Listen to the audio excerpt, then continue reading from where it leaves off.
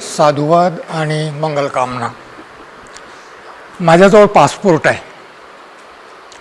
त्या पासपोर्टवर माझी राष्ट्रीयता काय हा कॉलम आहे आणि त्या राष्ट्रीयतेवर मी लिहिलेलं आहे की माझी राष्ट्रीयता इंडियन आहे. म्हणून मी या राष्ट्राला भारत राष्ट्र म्हणतो, कारण इंडियन ही राष्ट्रीयता आहे. त्यामुळे हे राष्ट्र भारत राष्ट्र आहे. मी भारतीय आहे, माझी राष्ट्रीयता इंडियन आहे, हे भारत राष्ट्र आहे. म्हणून मी विषयाची मांडणी करेन हिंदू राष्ट्र आणि भारत राष्ट्र. हे संविधानाने अस्तित्वात आणलेलं आहे हे मी मानतो. संविधानाने अस्तित्वात आणलेलं आहे हे मानतो. राष्ट्रीय संकल्पनेची निश्चित व्याख्या करता येत नाही. ही सतत उत्क्रांत होत जाते, बदलत जाते आणि प्रत्येक राष्ट्र आपल्या आपल्या पद्धतीने त्या राष्ट्राची व्याख्या करू इच्छितो. सावरकरांनी, गोळवलकरांनी राष्ट्राची व्याख्या आपल्या पद्धतीने केली. बाबासाहेबांनी संविधानाच्या दृष्टिकोनातून राष्ट्राची व्याख्या आपल्या पद्धतीने केली. सुरुवातीला सावरकर आणि गोळवलकरांचा थोडक्यात विचार करूया. सावरकर आणि गोळवलकरांचा दावा आहे की हे राष्ट्र हिंदू राष्ट्र आहे. गेल्या हजारो वर्षापासून हे राष्ट्र हिंदू राष्ट्र आहे आणि येणाऱ्या काळात हे राष्ट्र हिंदू राष्ट्र राहणार आहे.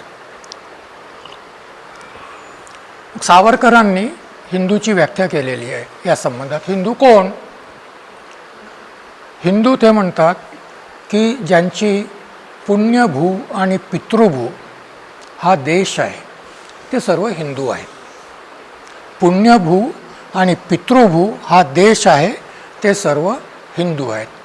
पितृभू म्हणजे वाडवडील काही पिढ्या याच देशात जन्माला आल्या आणि याच देशात मृत्यूला प्राप्त झाल्या. त्याची आजची जी संतान आहे ती त्यांची पितृभू आहे. पितृभू आहे, मातृभू नाही म्हणत ते पितृभू म्हणतात. पुण्यभू म्हणजे काय की जे धर्म इथे उदयास आलेत, ज्या धर्माची श्रद्धास्थानं, मुख्य श्रद्धास्थानं जी आहेत ती याच भूमीत आहेत, ती यांची पुण्यभू आहे. या आधारावर मी थोडंसं वाचत होतो.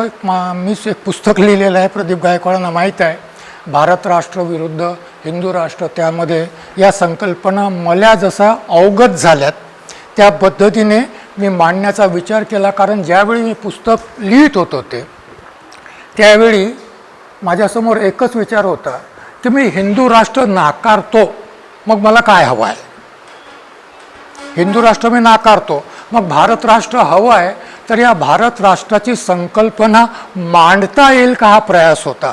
ती परफेक्ट नाही, ती परफेक्ट नाही. त्याच्यामध्ये कदाचित खूप सुधारणा करण्याची गरज आहे हे मी मान्य करतो. पण त्यावेळी मला काही पर्याय नव्हता की मी जेव्हा हिंदू राष्ट्राचा विरोध करतो तेव्हा मला, प्रदीपने मगाच म्हटलं उत्तर काय, तर काहीतरी उत्तर द्यायला पाहिजे. म्हणून ती संकल्पना त्या ठिकाणी बाबासाहेबांनी संविधानाच्या दृष्टिकोनातून जी मांडली ती मांडण्याचा प्रयत्न केलेला आहे. तर पुण्यभू आणि पितृभूतीची संकल्पना आहे. यामध्ये वाचताना असं निदर्शनास आलेलं आहे की सावरकर हिंदूची व्याख्या करताना हिंदू धर्म म्हणतात. आता हिंदू धर्मामध्ये वर्णव्यवस्था, जातीव्यवस्था, शूद्र वगैरे वगैरे वगैरे या सगळ्या गोष्टी इन्क्लूड आहेत. परंतु पुण्यभूची संकल्पना मांडताना सावरकर वेदाविषयी आग्रही नाहीत. कारण त्यांना बौद्ध, शीख आणि जैन हे हिंदू धर्माचेच अंग आहेत असं मांडायचं आहे आणि हे तिन्ही धर्म वेद नाकारतात. आणि त्यामुळे मग त्यांनी वेदाविषयी आग्रह ठेवला नाही. आणि म्हणून सावरकरांच्या व्याख्येनुसार यांची पुण्यभू आणि पितृभू हाच देश आहे. बुद्धाचा धम्म याच भूमीत उदयाला आला, जैन याच भूमीमधले आहेत आणि शीख याच भूमीमधले आहेत. म्हणून सावरकर म्हणतात हे सगळे हिंदू आहेत. जर खैरमुळेचा 12वा खंड वाचला धर्मांतरानंतरचा, तर सावरकरांची मान्यता, पूर्ण लेख त्या ठिकाणी दिलेला आहे. सावरकरांची मान्यता आहे की डॉक्टर आंबेडकरांचं धर्मांतर झालंच नाही असं सावरकर म्हणतात. हो आहे. 12व्या खंडामध्ये आहे ते मोठा सगळं त्यांनी केसरीमध्ये लिहिलेला लेख दिलेला आहे. कारण जाऊन जाऊन उडी मारली ती हिंदू धर्मातच, कारण बुद्ध धर्म हा स्वतंत्र धर्म आहे अशी त्यांची मान्यता नाही आहे. तर आणि मग ही जी संकल्पना आहे ही संकल्पना इन्क्लुझिव्ह आहे आणि एक्सक्लुझिव्ह आहे. म्हणजे बुद्ध, जैन आणि शीख धर्मांना इन्क्लूड करून ते राष्ट्रवादाची संकल्पना मांडते. त्याचवेळी जे धर्म या भूमीत उदयास आलेले नाहीत, परंतु ज्यांची पितृभू हा देश आहे, मुसलमान अनेक पिढ्यापासून आहेत, ख्रिश्चन अनेक पिढ्यापासून आहेत, ते त्यांचे शत्रू आहेत, कारण ते हिंदू नाही आहेत. पुण्यभू ही नसल्यामुळे ते आणि म्हणून ते इन्क्लूड करतात, तसेच एक्सक्लूड करतात, आणि ज्यांना एक्सक्लूड करतात त्यांना शत्रू मानतात. ज्यांना आजही हिंदू राष्ट्र ही जी संकल्पना मांडली जात आहे हे मुसलमान आणि ख्रिश्चनांच्या शत्रुत्वावर आधारलेली आहे. संपूर्ण राजकारण जरी पाहिलं आपल्याला तरी ते राजकारण हे शत्रुत्वावर आधारित आहे. वी अँड दे, आम्ही आणि ते यावर आधारित आहे. आणि मग ही संकल्पना मांडताना गोळवलकरांनी त्याला अधिक स्पष्ट रूप दिलेलं आहे. ते म्हणतात की हिंदू वंश, हिंदू धर्म, हिंदू संस्कृती, हिंदू भाषा म्हणतात, ते हिंदू भाषा म्हणतात. संस्कृत प्लस संस्कृतमधून निर्माण झालेल्या सगळ्या भाषा, हिंदू भाषा आणि हिंदू देश म्हणजे हिंदुस्तान. मी यांना प्रश्न विचारला होता एकदा यांची मुलाखत घेताना, आवाज इंडिया करता या मागो वैद्यांना प्रश्न विचारला होता की जर संविधान या देशाला भारत राष्ट्रामध्ये इंडिया दॅट इज भारत म्हणते, तर तुम्ही याला हिंदुस्तान का म्हणता, हा प्रश्न विचारला होता. आणि मग तिथे ती मुलाखत थांबली. तर या 5 तत्वांचं मिळून त्यांचं राष्ट्र होतं. राष्ट्राची संकल्पना अशी आहे की लोक पाहिजेत, ते परस्परांशी कशा ना कशा पद्धतीने जुळलेले पाहिजेत, एका विशिष्ट भूभागात राहणारे पाहिजेत, आणि त्या ठिकाणी त्यांची सत्ता असली पाहिजे किंवा सत्ता असावी आमची, अशा प्रकारचा प्रयास करणारे लोक असे ते. तर इथे लोक कशा पद्धतीने जुळलेले आहेत, धर्माच्या नावावर जुळलेले आहेत, संस्कृतीच्या नावावर जुळले आहेत. म्हणून स्वातंत्र्यापूर्वी हे म्हणायचे हा सांस्कृतिक राष्ट्रवाद आहे आमचा. इट इज कल्चरल नॅशनलिझम हा शब्द त्यांनी वापरलेला आहे. संस्कृतीच्या दृष्टीने दक्षिणेचा माणूस चारीधाम फिरून होतं, दक्षिणेचा माणूस चारीधामाची यात्रा करतो, त्या दृष्टीने आम्ही जुळलेलो आहोत, आणि म्हणून हा कल्चरल नॅशनलिझम आहे अशी त्यांची मांडणी आहे. आणि हे राष्ट्र अस्तित्वात आणावं, हजारो वर्षापासून अस्तित्वात आहे. डॉक्टर आंबेडकर म्हणतात की 26 जानेवारी 1950 पूर्वी हा देश कधीही राष्ट्र नव्हता. स्पष्टपणे डॉक्टर आंबेडकरांनी मांडलेलं आहे की हा देश कधीही राष्ट्र नव्हता. कारण राष्ट्र असण्यासाठी 2 गोष्टींची आवश्यकता आहे. लोक पाहिजेत, भूभाग पाहिजे, शासनही पाहिजे, परंतु लोक जुळलेले पाहिजेत, आणि ती जुळलेली असणं हे समानता आणि बंधुता या आधारावर पाहिजे. जे लोक समानता आणि बंधुता या आधारावर जुळलेले आहेत, एका विशिष्ट भूभागामध्ये राहतात आहेत, आणि ते स्वयंशासित आहेत किंवा स्वयंशासित असण्याची ज्यांची आकांक्षा आहे, असे लोक एक राष्ट्र होऊ शकतात आधुनिक काळात. ही व्याख्या केव्हा कशी आली ही? कारण ही व्याख्या याकरता आली, डॉक्टर आंबेडकर हिंदू राष्ट्राचं अस्तित्व का नाकारतात? कारण हिंदू राष्ट्र जातीयता पाळते, जातीयतेमध्ये समानता नाही, जातीयतेमध्ये बंधुता नाही, आणि त्यामुळे हे राष्ट्र नव्हतंच कधी, असं डॉक्टर आंबेडकर म्हणतात. डॉक्टर आंबेडकरांचा तर्क काय आहे की ज्या ठिकाणी असमानता आहे आणि ज्या ठिकाणी बंधुता नाही, तो देश राष्ट्र होऊ शकत नाही. आणि मग पुढे जर तुम्ही ज्या पिढ्या या ठिकाणी गाळलेल्या आहेत आधुनिक काळामध्ये, त्यांना जर तुम्ही बघणार असाल तर मग त्यांचं भवितव्य काय? आणि मग गोळवलकर स्पष्टपणे म्हणतात की त्यांच्या वी आर ऑर नेशनहूड डिफाईनमध्ये स्पष्टपणे म्हणतात गोळवलकर की द्वितीय महायुद्धाच्या काळखंडामध्ये जर्मनीने ज्यू विरुद्ध जो व्यवहार केला तोच व्यवहार प्रत्येक आमच्यासारख्या राष्ट्राने अल्पसंख्याकाविरुद्ध केला पाहिजे. नरसंहार करावा लागला तरी केला पाहिजे. या देशात त्यांना राहायचं असेल तर नागरिक म्हणून राहता येणार नाही. आजी सगळी प्रक्रिया दिसते. नागरिक म्हणून राहता येणार नाही. दुय्यम नागरिक म्हणून कोणत्याही अधिकाराची अपेक्षा न करता बहुसंख्याकांच्या मर्जीवर त्यांना राहावं लागेल. आम्हाला तर आमचं स्वतंत्र धर्म ते नाकारतातच, परंतु इतरांनाही त्या दृष्टीने राहावं लागेल. आणि मग या परिप्रेक्ष्यामध्ये डॉक्टर आंबेडकर संविधानाच्या माध्यमातून भारत राष्ट्राची संकल्पना मांडतात. त्याआधी हे स्पष्टपणे मांडण्यात आलेलं आहे, जसं मूननी मांडलेलं आहे की संकल्पना 1920च्या दशकामध्ये उदयास आलेली आहे. आणि तिलाही कारण असं सांगितलं जातं की त्याच्या आधी मुस्लिम राष्ट्राची संकल्पना आलेली होती की आम्ही मुस्लिम आहोत, आमची संस्कृती, आमचा धर्म, आमची भाषा वेगळी आहे, आम्ही स्वतंत्र राष्ट्र आहोत. स्वतंत्र भारतात झालाच तर आम्हाला हिंदू बहुसंख्याकांच्या राज्यात राहायचं नाही आहे, आम्हाला स्वतंत्र देश पाहिजे. ही जेव्हा संकल्पना पुढे आली पाकिस्तानची, तेव्हा त्याला प्रतिक्रिया म्हणून 1920च्या दशकात सावरकरांनी ही हिंदू राष्ट्राची संकल्पना मांडली असं म्हणतात. आणि डॉक्टर आंबेडकर म्हणतात की द्विराष्ट्राची संकल्पना, मुस्लिम राष्ट्राची संकल्पना मांडून द्विराष्ट्राची संकल्पना जिनाने मांडली म्हणून भारताची फाळणी झाली. याकरता जिनाला दोष देण्यात जो दोष दिला पाहिजे तेवढा सावरकरांनाही दिला पाहिजे, कारण सावरकरांनीही हिंदू राष्ट्र आहे ही द्विराष्ट्राची संकल्पना मांडलेली आहे. हे हिंदू राष्ट्र आहे सावरकर म्हणतात, हे मुस्लिम राष्ट्र आहे मुसलमान म्हणतात. फक्त दोनमध्ये फरक एवढाच आहे की मुस्लिम राष्ट्रामध्ये हिंदूंना कसं वागवावं याची नीती जिना वेगळी मांडतात, हिंदू राष्ट्रामध्ये मुसलमानांना कसं वागवलं जाईल हे वेगळ्या पद्धतीने मांडतात. मग संविधानाच्या उद्देशिकेमध्ये पहिल्यांदा राष्ट्र हा शब्द आलेला आहे.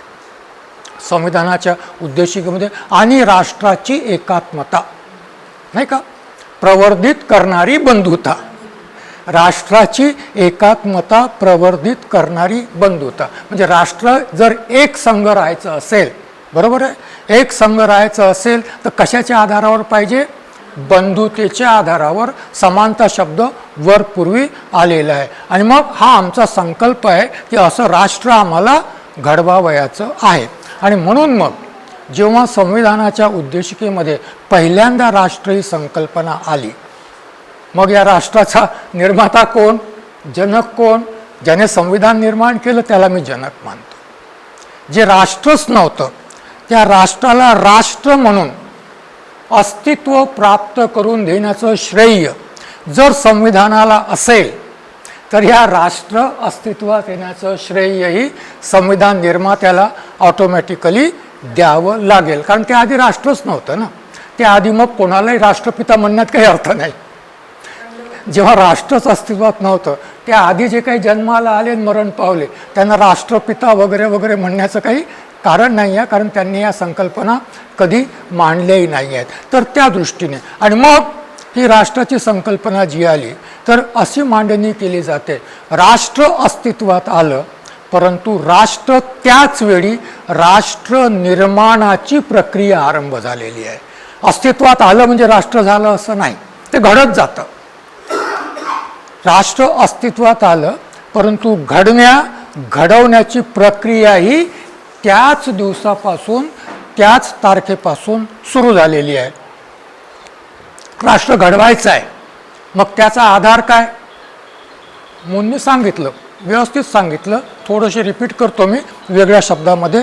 तेवढंच घडण्याचे कशाच्या आधारावर?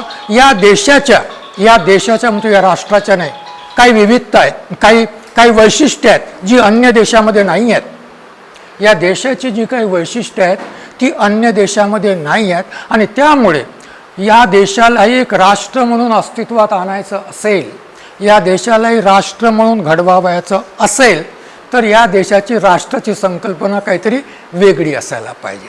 या देशात विविधता कोणत्या आहेत?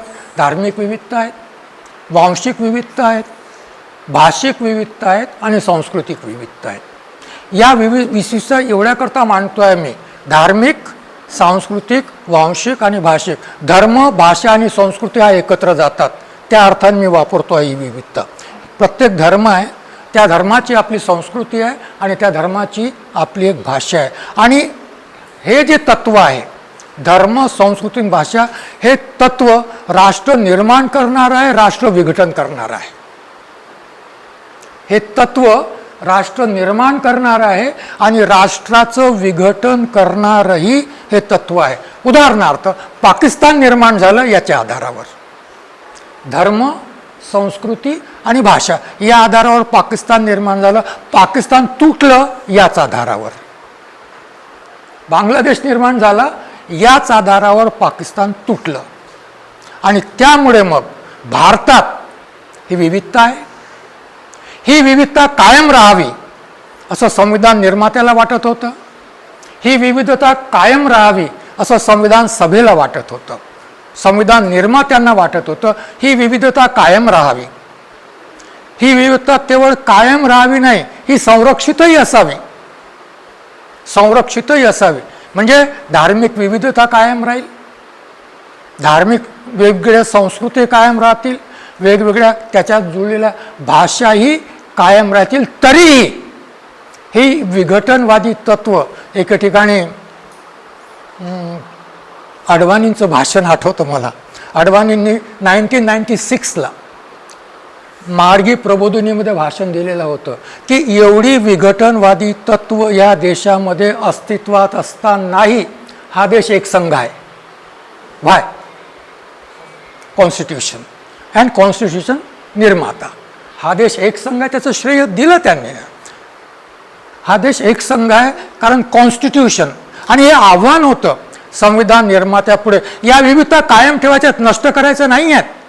आम्हाला एकच धर्म, एकच संस्कृती, एकच भाषा असं राष्ट्र निर्माण करायचं नाही आहे. आम्हाला या विविधता कायम ठेवावयाच्या आहेत आणि कायम ठेवू नये.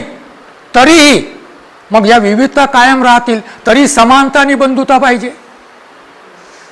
त्याच्याशिवाय राष्ट्र संकल्पना अस्तित्वात येत नाही. या विविधता कायम ठेवूनही समानता आणि बंधुत्व पाहिजे, त्याच्याशिवाय राष्ट्र अस्तित्वात येत नाही. मग आम्ही भारताचे लोक, आम्ही भारताचे लोक, बरोबर आहे. आम्ही म्हणजे बंधू, आम्ही म्हणजे दुसरा काही अर्थ निघतो का? बंधुता आली. आणि भारताचे लोक म्हणजे ही जी संकल्पना आहे ही जाती, धर्म, लिंग, भाषा, संस्कृतीच्या पलीकडची आहे. तू मुसलमान आहेस पण भारतीय आहेस. आणि जोपर्यंत मी हिंदू आहे पण भारतीय आहे, मी बौद्ध आहे पण भारतीय आहे, परंतु हे राष्ट्र जर एकात्म ठेवायचं असेल तर मग विचार करावा लागेल या सगळ्या विविधता असलेल्या लोकांना, विविध आयडेंटिटीज असलेल्या लोकांना, की माझी पहिली आयडेंटिटी काय. माझी आज वाद जे आहेत हे पहिल्या आयडेंटिटीजचे वाद आहेत. म्हणून मग डॉक्टर आंबेडकरांचं संविधान असं म्हणतं, आणि जी आयडेंटिटी चेंज नाही करता येत मला, मी इंडियन आहे ही आयडेंटिटी चेंज करता येते का मला संविधान दिलेली? बाकीच्या आयडेंटिटीज ट्रान्सफरेबल आहे, चेंजेबल आहेत. बाकीच्या आयडेंटिटीज बदलता येतात. मी म्हणेन की मला धर्म नाही आहे, कोणी रोखेल का मला? संविधान रोखेल का? तुम्ही तर रोखूच शकत नाही. संविधान रोखू शकत नाही, तुम्ही नाही रोखू शकत. मला रोखू शकता का? नाही. पण तुम्ही इंडियन नाही म्हटल्याबरोबर कसं होईल? मी भारतीय नाही म्हटल्याबरोबर कसं? ही आयडेंटिटी अनचेंजेबल आहे, बदलू शकत नाही. परंतु ही आयडेंटिटी सगळ्यांच्या पलीकडे आहे. आणि मग जर राष्ट्र घडवायचं असेल तर या विविधता कायम ठेवणे, we are all Indians first. आणि ही इंडियन आयडेंटिटी आम्हाला समानता आणि बंधुता देते. आम्ही भारताचे लोक. फक्त समानता असून भागत नाही, बंधुता नसेल तर समानता नाही. कारण ती त्रिमूर्ती आहे, स्वतंत्रता, समानता आणि बंधुता. धर्माचं स्वातंत्र्य आहे तरीही समानता आहे, तरीही बंधुता आहे. आणि मग त्याच वेळी मी एक संकल्पना मांडलेली आहे की फक्त धार्मिक विविधता, सांस्कृतिक विविधतेचं आव्हान नव्हतं, सांस्कृतिक विविधतेचं आव्हान नव्हतं, तर या देशामध्ये हिंदू धर्माने निर्माण केलेल्या असमानतेचं आणि भेदभावाचंही आव्हान होतं. त्यांना वगळून चालत नाही.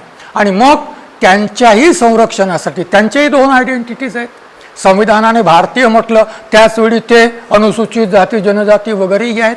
आणि मग यांनाही समानतेचा अधिकार आहे म्हणून यांच्याही हक्काचं संरक्षण संविधानामध्ये आहे. अंतिमतः यांनाही भारतीयमध्ये आपली आयडेंटिटी मर्ज करावायची आहे की कायमची अनुसूचित जाती राहणार. मग या ज्या तरतुदी आहेत या कशा करता आहेत? या ट्रान्झिटरी आहेत. कशा करता? की अंतिमतः आम्ही भारतीय व्हावं. धर्म आमचा जो असेल तो असेल, जो काही असेल नसेल, हिंदूही असू शकतो, बौद्धही असू शकतो, आणखीन कोणता असू शकतो, पण अंतिमतः. आणि त्यामुळे मग विविध धर्म, संस्कृती वगैरे वगैरे या सर्वांच्या बाबतीमध्ये आणि मग अशा पद्धतीने हे भारत राष्ट्र निर्माण करण्याचा संकल्प आहे. आणि हे भारत राष्ट्र लोकशाही पद्धतीने निर्माण व्हावं, त्याची पद्धती सुचवली आहे डॉक्टर आंबेडकरांनी. हे भारत राष्ट्र कोणत्या पद्धतीने निर्माण व्हावं? लोकशाही पद्धतीने निर्माण. आणि याला मग अहिंसक राष्ट्र घडवण्याची प्रक्रिया आपण म्हणतो. कोणावरही जबरदस्ती नाही आहे, होईल ट्रान्झिशन. कारण पिढ्या बदलायला वेळ लागतो, होईल ट्रान्झिशन. आणि मग डॉक्टर आंबेडकरांनी ही संकल्पना मांडली, ही ऐहिक संकल्पना आहे, राष्ट्राची संकल्पना कोणत्याही धर्मावर आधारित नाही आहे. तेव्हा याला आपण मटेरियलिस्टिक संकल्पना म्हणतो. ऐहिक जीवनाशी संबंधित आहे. सर्वांना, अल्पसंख्याकांसहित सर्वांना एक विशिष्ट समानता आणि बंधुतेची हमी देणारी संकल्पना आहे. त्यांच्या धर्माचं अस्तित्व कायम ठेवून अनुसूचित जाती जनजाती नाही, आरक्षण आणि संरक्षण देणारी संकल्पना आहे. असा भारत घडवण्याचा संकल्प आम्ही भारताच्या लोकांनी 26 जानेवारी 1950ला केलेला आहे. आणि हे सर्व बाबी, या सर्व बाबी हिंदू राष्ट्राच्या विरोधी आहेत. या सर्व बाबी ज्या आहेत, ज्या बाबी भारत राष्ट्राच्या संकल्पने, या सर्व बाबी हिंदू राष्ट्राच्या विरोधी आहेत. कारण जेव्हा संविधानाची उद्देशिका मांडली गेली, त्याच्याही आधी जेव्हा संविधानाच्या एम्स अँड ऑब्जेक्टिव्हचं रिझोल्युशन मांडलं गेलं, त्यावेळी हे मांडलं गेलं प्रत्यक्षपणे, आम्हाला भूतकाळाशी संबंध विच्छेद करायचा आहे, नवीन भारत घडवायचा आहे. आम्हाला भूतकाळाशी संबंध विच्छेद करायचा आहे आणि नवीन भारत घडवायचा आहे. नवीन भारतामध्ये हे सगळं आहे जे जुन्या भारतात कधीच नव्हतं. आणि म्हणून पुन्हा वेदाकडे जा जे म्हणतात, ह्या नवीन भारताचा विरोध करतात. वेदाकडे जा असं जे म्हणतात, हा संघर्ष आहे. पुन्हा जुना भारत, जुना हिंदुस्थान म्हणू आपण, किंवा जुना जे काही म्हणायचं असेल ते, आणि नवीन भारत याच्यामधला हा संघर्ष आहे. आणि हा संघर्ष म्हणून आपण म्हणतो की हा संघर्ष हिंदू राष्ट्र विरुद्ध भारत राष्ट्राचा संघर्ष आहे. हा संघर्ष हिंदू राष्ट्र विरुद्ध भारत राष्ट्र, मनुस्मृती विरुद्ध संविधानाचा आहे. गोळवलकर, हेडगेवार, सावरकर विरुद्ध आंबेडकरांचा संघर्ष आहे. तर या संघर्षाला आपण अशा दृष्टीने पाहावं. आणि मग माझी एकच विनंती आहे की आपण जे काही आहोत, आपल्या ज्या काही आयडेंटिटीज आहेत, त्या आयडेंटिटीज कायम ठेवू नये. आम्ही प्रथम आयडेंटिटी भारतीय म्हणून जेव्हा स्वीकारू, तेव्हा कदाचित हे नवीन राष्ट्र निर्माण करण्याला आम्ही अधिक चांगल्या प्रकारे आपलं योगदान देऊ शकू. तर अशा पद्धतीने आपण जर या भारत राष्ट्राच्या संकल्पनेकडे जर पाहिलं, तर कदाचित हे राष्ट्र निर्माण करण्याकरता आपल्याला अधिक चांगल्या प्रकारे योगदान देता येईल. धन्यवाद.